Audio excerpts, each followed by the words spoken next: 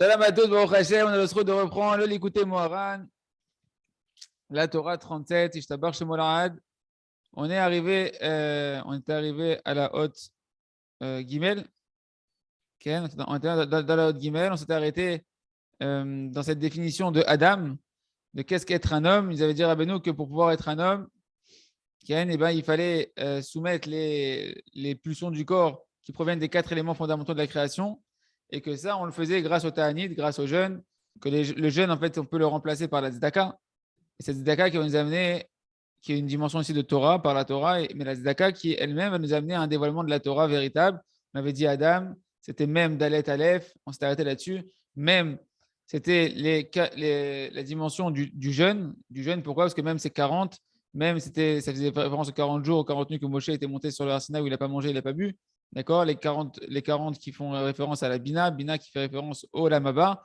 C'est la dimension du Olam Haba où on arrête de manger et de boire et on diminue, on affaiblit les pulsions du corps. Dalet, ça affaiblissait. Dalet, c'est les 4 éléments fondamentaux. Et Aleph, c'est la Chorma Torah qui commence à briller pour un homme. Et on retrouve véritablement la vraie définition de l'homme qui, elle, amène le Chesed qui est cette définition de connaître Hachem, de se rappeler d'Akadosh Baruch Hu. Ok, on s'est arrêté là, on reprend ici. Vezeh shekatuv bazohar. Vezeh shekatuv bazohar, ce qui est marqué dans le Zohar, Naase Adam. Faisons l'homme. Donc c'est bien, en plus, on arrive à l'Akba Omer, ce qu'on a dit aussi sur Rabbi Shimon Bar Yochai. Mais dans Bereshit, c'est marqué, Hachem, il a dit qu'on a créé l'homme, faisons l'homme. Quand il a pris conseil auprès des anges, Naase Adam. Et Rabbi Nachman m'a expliqué que dans le mot Naase, en réalité, on va voir la dimension du jeûne qui va apparaître. Alors, juste avant de reprendre dans les mots Mamash, je voulais partager un petit peu quelque chose d'important parce que comme on a dit que Rabbeinu, au fur et à mesure, après, il a dévoilé qu'il ne voulait pas qu'on fasse des jeûnes. Il ne voulait pas qu'on fasse des sigoufim, c'est-à-dire de se mortifier, des réparations par rapport à nos fautes avec des jeûnes. Il a dit bien évidemment que vous allez continuer à faire les jeûnes qui sont marqués dans le Shulchan Aruch. D'ailleurs, un de Shlomenu, Rabbi Hanan Spector, il disait que bien que Rabbeinu il a été rigoureux avec nous, que vous savez que Rabbi Nachman il a donné un autre type de jeûne. C'est quoi le type de jeûne? Il a dit, les yeux, non, mais il y a le matin chez Breslev, c'est très très chachou, ce qui est marqué dans le Zohar, c'est marqué dans le Shulchan Aruch. Mais Rabbi Nachman a beaucoup insisté que le matin, déjà de se lever le plus tôt possible, c'est-à-dire à Chatzot si on peut, tant qu'on peut se lever quand il fait encore nuit, c'est très bien, et de ne pas manger et pas boire ne serait-ce qu'un verre d'eau, jusqu'à la tefila. Et c'est compté comme un jeûne. Oui, mais il y a des allègements. On peut boire de l'eau. Dans le Shulchan Aruch, c'est marqué qu'on pourrait boire de l'eau, etc. Il y en a qui vont dire qu'on est une génération qu'on est fatigué. Rien du tout jusqu'à la tefila. Et c'est compté comme un jeûne.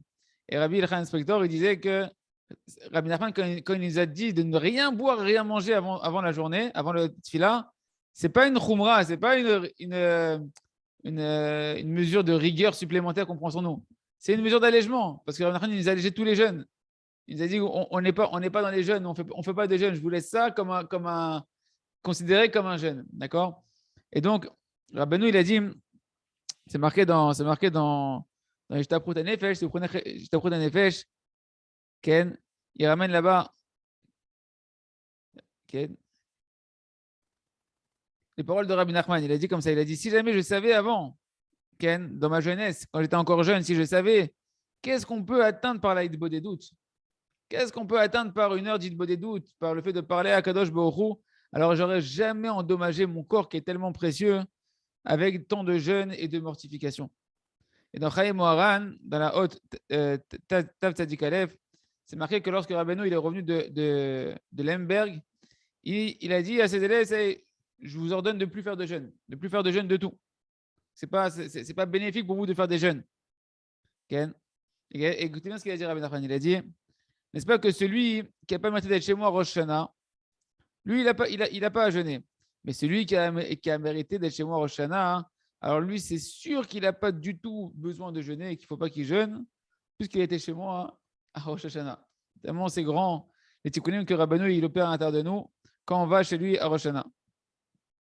Et dans Siyar Safek Kodesh, c'est les paroles qui sont ramenées au nom de Rabbi Israël Bender. Il rapporte au nom de Rabbi Nachman que Rabbi Nachman il a dit, les jeûnes et les mortifications, c'est un chemin ancien pour se rapprocher d'Akadosh Baruch Hu. Aujourd'hui, il y a un nouveau chemin, il a dit Rabbeinu, pour se rapprocher d'Akadosh Baruch Hu, c'est quoi? Tfila ve'itbodedout. Il a dit Rabbeinu, la tfila, il a itbodedout. Ouvre la porte, Raphaël. Il a dit la tfila, il a itbodedout.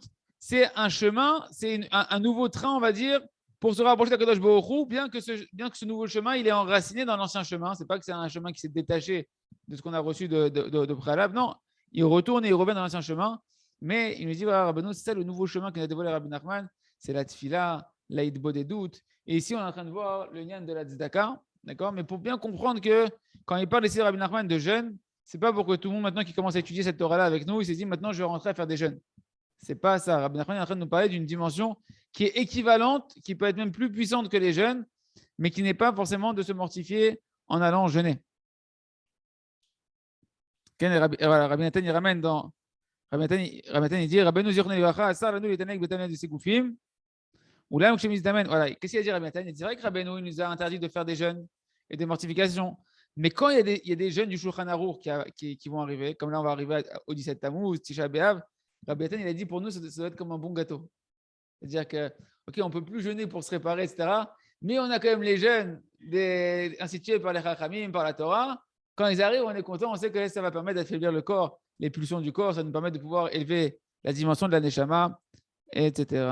Voilà, ça c'était ce que je voulais vous partager pour bien clarifier cette dimension que le jeûne, quand on parle de jeûne ici, ce n'est pas s'amuser à faire des jeûnes comme ça.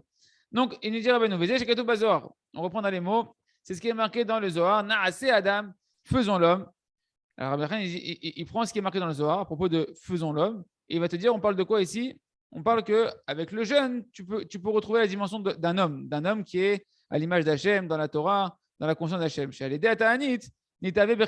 Par le jeûne, tu vas pouvoir faire naître, tu vas faire, c'est ça, Na'aseh Adam. On va comprendre pourquoi on ne va pas pour l'instant apparaître la notion de jeûne, mais Rabbi Khan, il va expliquer à partir du Zohar que Na'aseh Adam, c'est grâce au jeûne, grâce au Ta'anit, à la dimension du jeûne, eh ben, tu vas pouvoir faire naître l'homme qui est en toi, qui est à l'image d'Akadosh Baruch Hu. Comment le Zohar il démontre ça?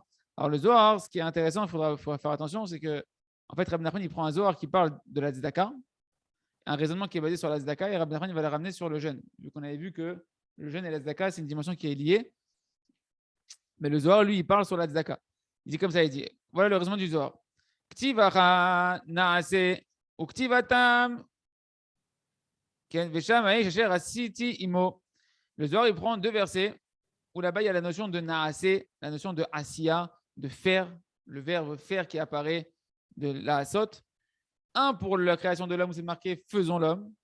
Et un autre, rien à voir dans Megillat Ruth, quand Ruth, elle vient expliquer à Naomi que, elle a été zorée de la tzedaka de la part de Boaz, que quand elle est partie dans son champ et qu'il y a une halakha, que quand quelqu'un il a un champ et que maintenant il va récolter son champ, s'il y a des épis de blé qu'il a pris qui sont tombés de ses mains, il n'a pas le droit d'aller les ramasser, ce qu'on appelle de laisser les quêtes.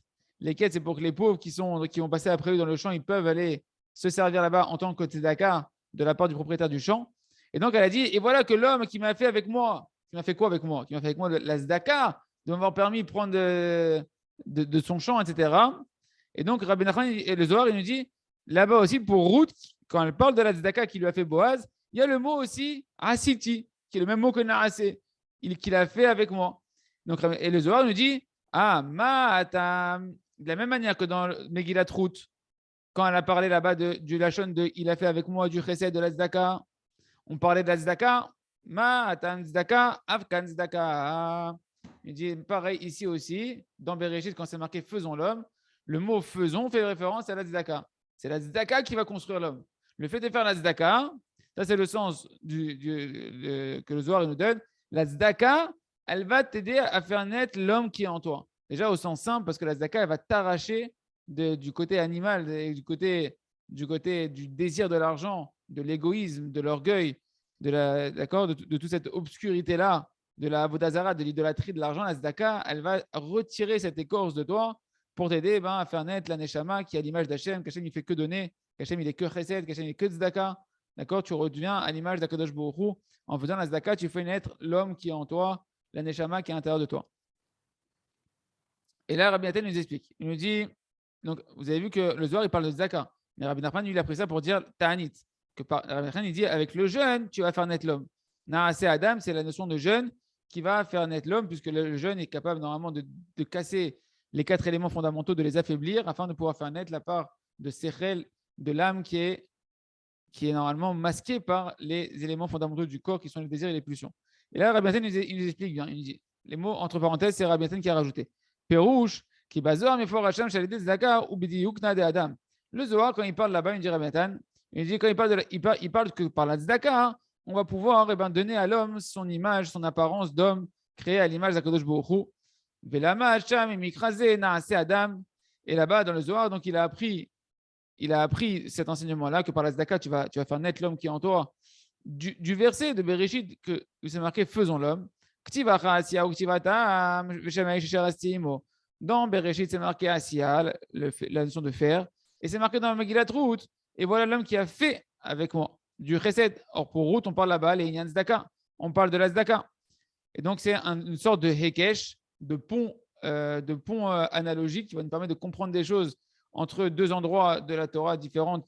Vu qu'il y a un mot dénominateur commun, on peut apprendre d'un côté et ce qui est marqué là-bas, on peut le joindre avec ce qui est marqué ailleurs. D'accord? Alors, sur ça, Rabben Uzal, Mevi, Reaya, Misé, Lian Tanid. Et donc, Rabben Nachman s'est servi de ce pont que le Zohar a fait entre la tzedaka de Ruth et la création de l'homme, pour dire que l'homme, il se crée par la tzedaka.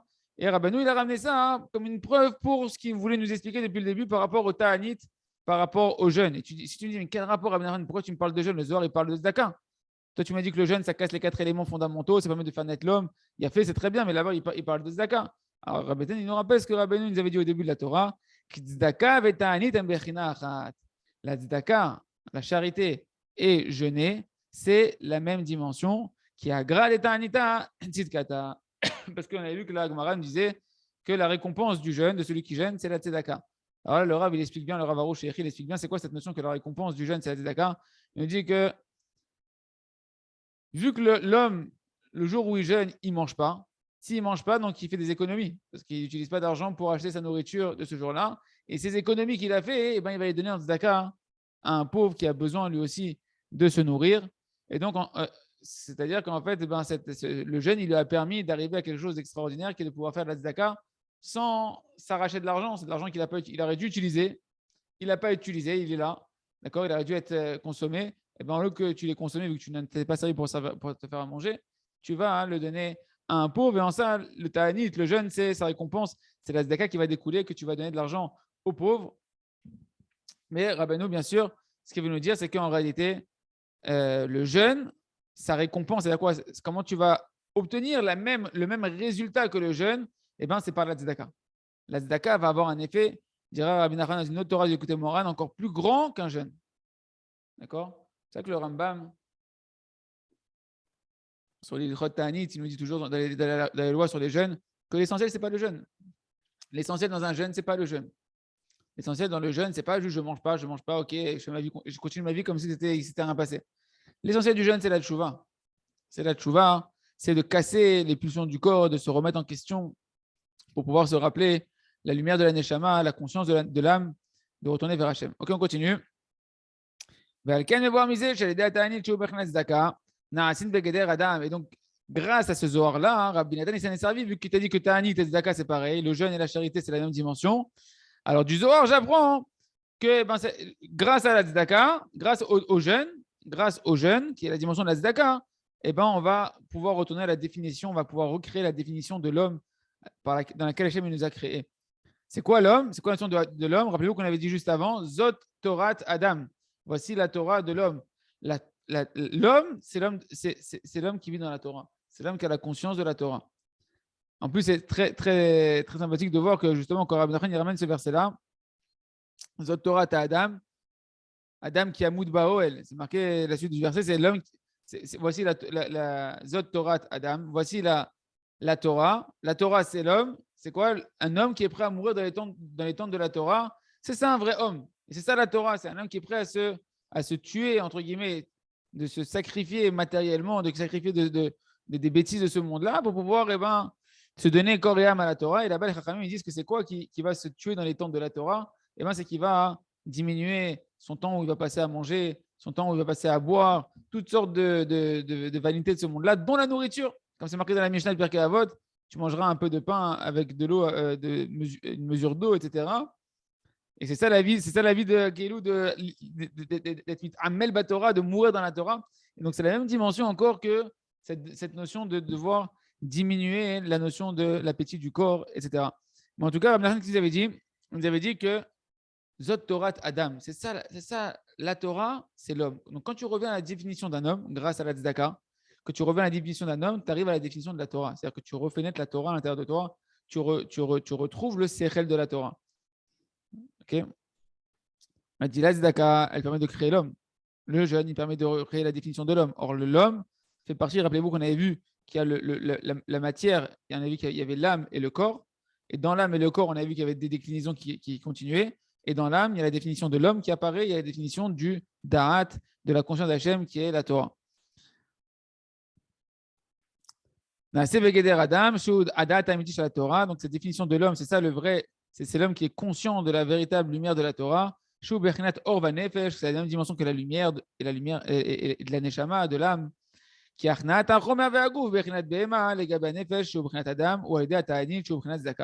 que comment, et c'est ça le secret qui nous donne Rabbi Nachman cette Torah-là, c'est que, pour l'instant en tout cas, c'est que comment tu soumets la matérialité de ton corps, qui est la dimension animale, Ken, cette dimension animale qui est dépourvue de conscience de la Torah, qui est dépourvue de la conscience d'Hachem, pour pouvoir redonner un avantage à l'âme, qui est l'âme, la dimension de l'homme, qui va être la dimension de la Torah, de la conscience de la Torah, et ben c'est par le jeûne qui est de la dimension de la Tzedaka. Ça va jusque-là, c'est clair? On va quand même répéter pas mal les choses. Si vous avez besoin de clarifier, et Simcha, Ilan, est-ce que c'est clair pour toi? Très clair. Ok, il a fait. On continue alors. Alors, ok. Donc, ah oui, et je crois que c'était le, comment ça s'appelle, le Parperot la Chorma. Hein. Donc, c'est le Parperot la Chorma qui disait qu'il y a deux dimensions en fait. C'est que le jeûne, on peut voir aussi de cette dimension-là que le jeûne, il affaiblit le corps. D'accord? Il affaiblit les pulsions du corps. Et la tzedaka, elle va renforcer, elle, la lumière de la neshama. C'est-à-dire que si on veut regarder si on veut vraiment voir les deux notions en elles-mêmes, le jeûne, lui, il affaiblit le côté appétit du corps. Et la tzedaka, elle, bah, c'est un élan de la neshama de pouvoir aller faire du bien, de pouvoir du chesed, de sortir de son égoïsme, de son et ça c'est un surplus qu'on donne à la neshama. C'est un surplus de lumière de la neshama.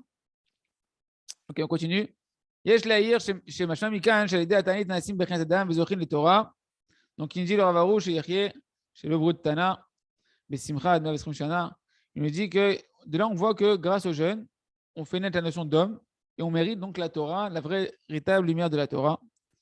Alors, il dit, voici ce qu'on a vu ensemble. Il nous dit que Rabbeinu, pourtant, il nous a mis en garde de ne pas faire de jeûne, hormis les jeûnes qui sont obligatoires. Et Rabbi Nathan, il répond que lorsqu'on mérite de se lever à Chatzot, ce qu'on a dit tout à l'heure, hein, de se lever à Chatzot, de ne pas manger, de ne pas boire jusqu'à la Tfilat Shacharit, c'est considéré pour nous déjà comme un jeûne. D'accord? Donc, je me dis, ouais, c'est dur ce qu'il dit Rabbi Nachman. Non, c'est cool ce qu'il dit Rabbi Nachman. Finalement, d'après le Harizal, si tu regardes un petit peu une colère, 150 jeunes, un excès de colère, enfin, un petit 150 jeunes, c'est déjà quand même, je pense, un grand allègement.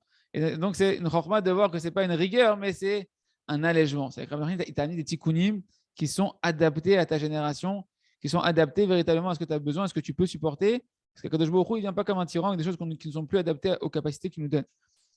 D'accord? Et donc, il nous dit, et vu que maintenant, la tzedaka et le jeûne, c'est une même dimension, alors c'est-à-dire quoi? C'est-à-dire que maintenant que Rabbi Nachman nous a ordonné de ne pas jeûner, et qu'on soit bien clair, on ne peut pas essayer de s'amuser à faire des jeûnes, il y a une autre, et ça, c'est de multiplier la tzedaka. Tu veux diminuer l'appétit les pulsions de ton corps, eh ben, tu vas faire de la tzedaka, et c'est la même dimension que de jeûner. D'ailleurs, c'est souvent ce qu'on dit, même dans la halakha aujourd'hui. Quand tu as fait tomber des tefilines, quand une personne a fait tomber un Sefer Torah, que Dieu nous en préserve, etc., bah, c'est des choses qu'on te dit, au lieu de jeûner, fais de la tzedaka, augmente l'étude de la Torah, fais de la tzedaka. Le biur halakha, Chavetz Chaim, il te dira, va faire une journée entière de Hitbo des doutes, au nom du Harizal et du Shla Kadosh, Siman Tav Kufain Aleph, Ken. Et comme ça, parce que quand une personne fait la tzedaka, elle va briser en fait la cruauté, l'égoïsme de son corps qui l'empêche de donner en fait la charité. Et en cassant cette cruauté qui provient du corps, et ben l'homme, il brise le mal de ces 4 éléments fondamentaux qui est en lui et il permet à la Neshama de pouvoir commencer à se réexprimer. Bien fait. Maintenant, on continue la Hod Dalet Bat Hashem. Et donc, la Rabbeinu nous dit, sache qu'il y a 2 dimensions de Tzedaka. C'est quoi le top de la Tzedaka qu'on doit faire pour arriver à contrebalancer avec les jeunes? Il dit, il y a 2 dimensions de la Tzedaka. Qui est Tzedaka bechutz laaretz et Tzedaka beretz Israël. Tu as une Tzedaka que tu fais en dehors d'Eretz Israël.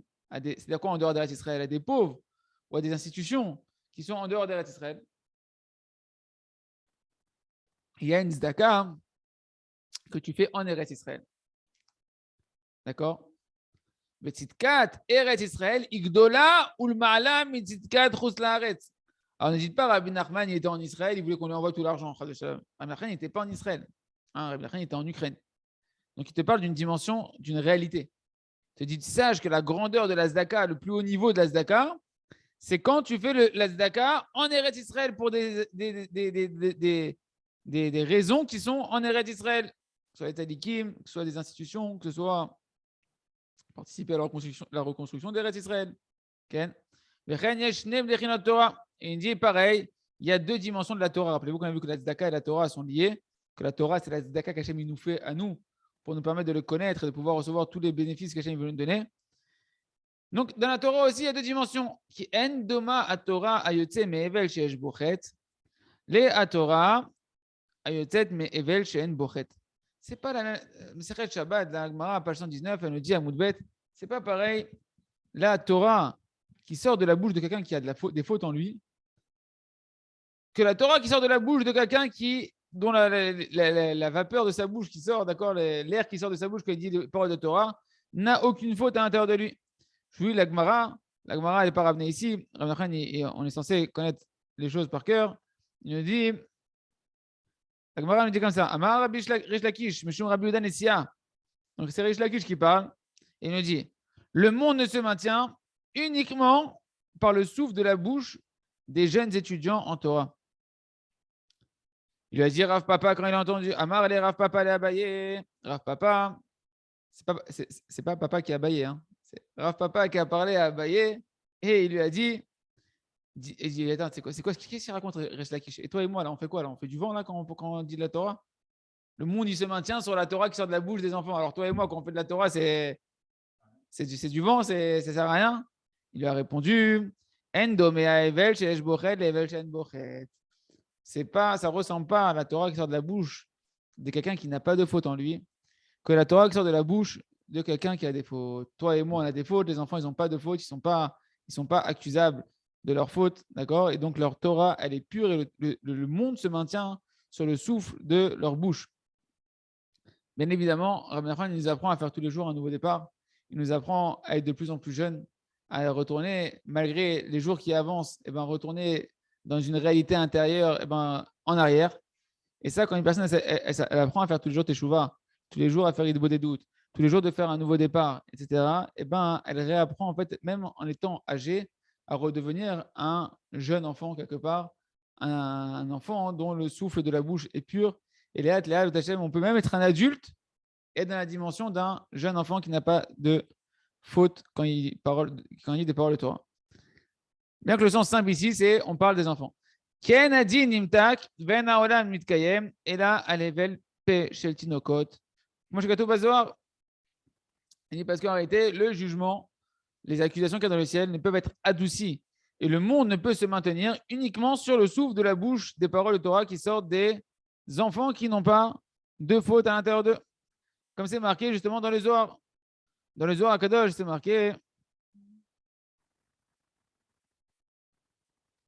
Il ramène ce qui est marqué dans Shir HaShirim. Le Zohar, il se base sur ce qui est marqué dans Shir HaShirim. Hanitzanim niru ba'aretz et azamir igia v'kol hator nishma be'artzenu. Ça, c'est la phrase de Shir HaShirim qu'on va voir ensemble. Donc, c'est le Perek Bet, verset Yud Bet. Et là-bas, c'est marqué Hanitzanim niru ba'aretz. C'est qui les Hanitzanim? Le Zohar, il dit c'est les Avot. Ce sont les patriarches.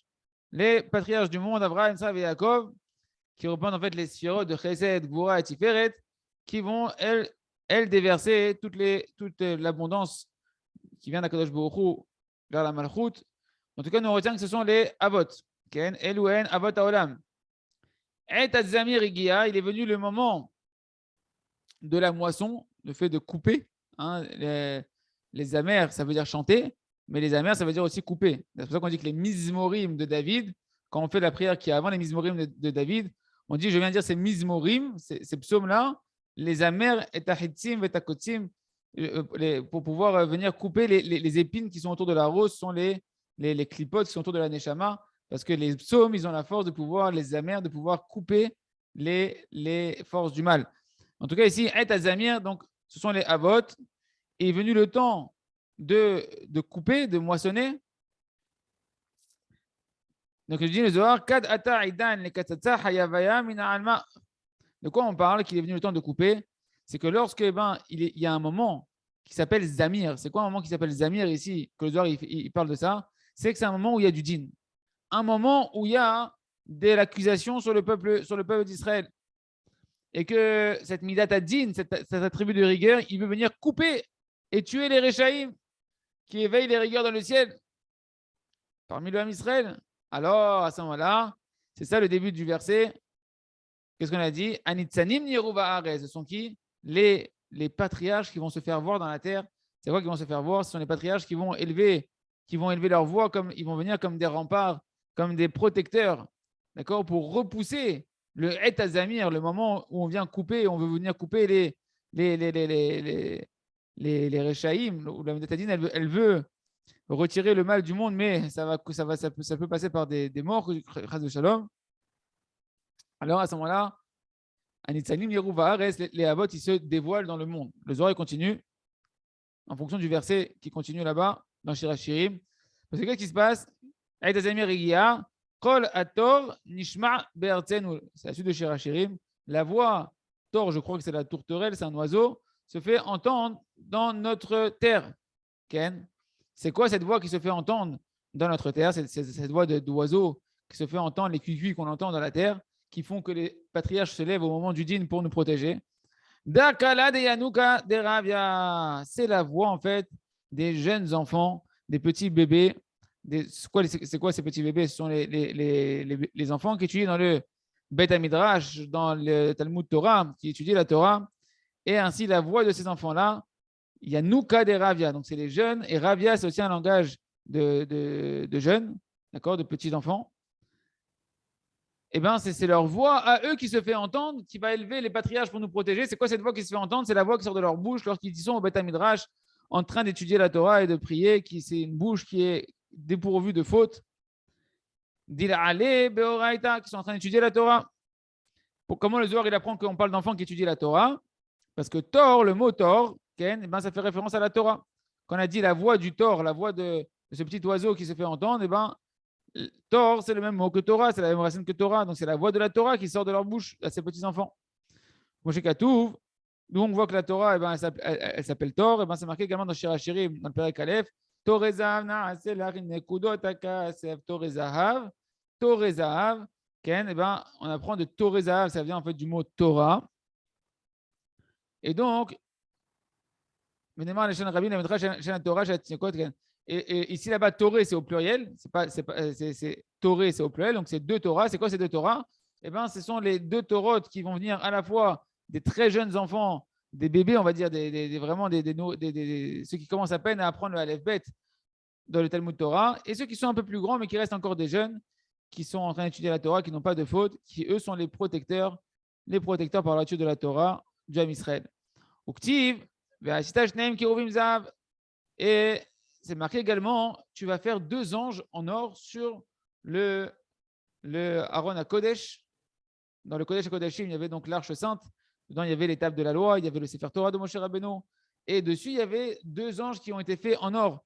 Alors, c'est marqué que c'est Kérouvim, ces deux anges, qui est l'endroit, il faut comprendre que de l'endroit entre ces deux anges-là, c'est là où sortait la parole d'Hachem, c'est là où sortait toute la vitalité du monde, tout le maintien du monde, toute l'énergie du monde spirituel et matériel, elle sortait de la bouche de la parole divine, elle sortait de l'endroit de l'union entre ces deux kérouvim.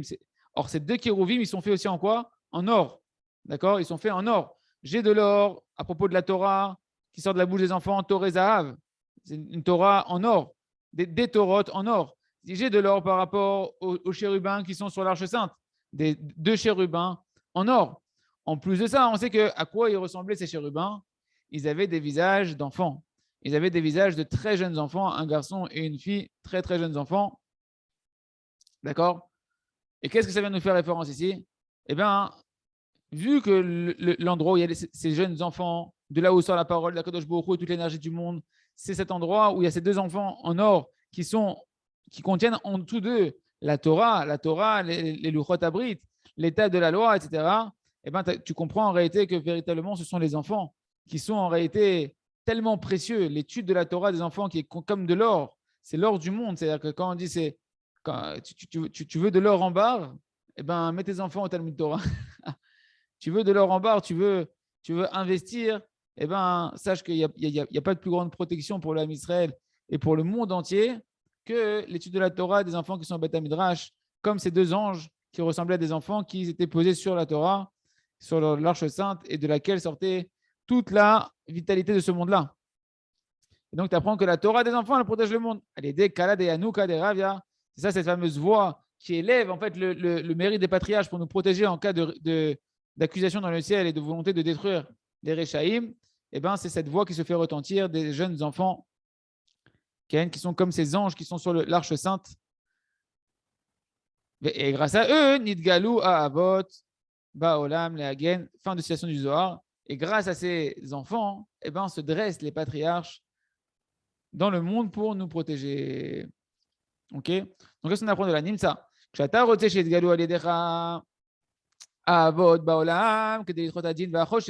Donc, quand tu veux que toi, par ton mérite maintenant, parce que nous, maintenant, on a parlé des enfants, mais qu'est-ce que moi je vais faire de tout ça? En quoi ça me concerne? Quel rapport ici avec les deux dimensions de Tzedaka que Rabbi Nachman voulait nous parler? Il y a une Tzedaka d'Eretz Israël, il y a une Tzedaka de Chus La'aretz, de l'exil. Quel rapport avec la choucroute ici? On est dans la paracha de Har. Quel rapport entre Har Sinai et la Shemitah? C'est la question de la paracha de la semaine. Quand tu veux, quand tu veux que se dévoilent les patriarches, qui sont les Nitzanim, les Rouva Arez, qui se dévoilent dans le monde, que leur mérite, ils se dévoilent pour nous protéger, pour repousser le din et l'obscurité. C'est quoi le din et l'obscurité? Rappelez-vous que nous, en nous-mêmes, quand on est dans le côté animal de nous-mêmes, quand on est soumis à nos pulsions et à nos 4 éléments fondamentaux qui nous ont créés, qui sont la racine de tous nos mauvais traits de caractère, nos mauvais désirs, on est dans l'obscurité. On est dans un moment de rigueur. Un homme qui va d'après son corps attire la rigueur sur lui. Il attire l'oubli. Shichav et sikhlut minaolam. Tu veux retirer maintenant l'oubli, l'obscurité, l'oubli d'Hachem de toi, la bêtise qui est rentrée en toi, et donc toute la rigueur qui plane sur toi. Il faut que tu attires ce souffle de la bouche des enfants qui n'a pas de faute. Cette fameuse kol hator, cette fameuse voix qu'on entend, qui éveille le mérite des patriarches, qui repousse le din. Et donc, Rabbi Nachman dit que même toi qui est plus âgé qu'un petit enfant au Talmud Torah, tu peux toi aussi attirer sur toi cette voix qui n'a pas de faute, cette voix de la Torah qui n'a pas de faute. Comment tu vas faire ça? Il dit Rabbi Nachman, c'est ça le grand secret, elle est des tzedaka d'Eretz Israël.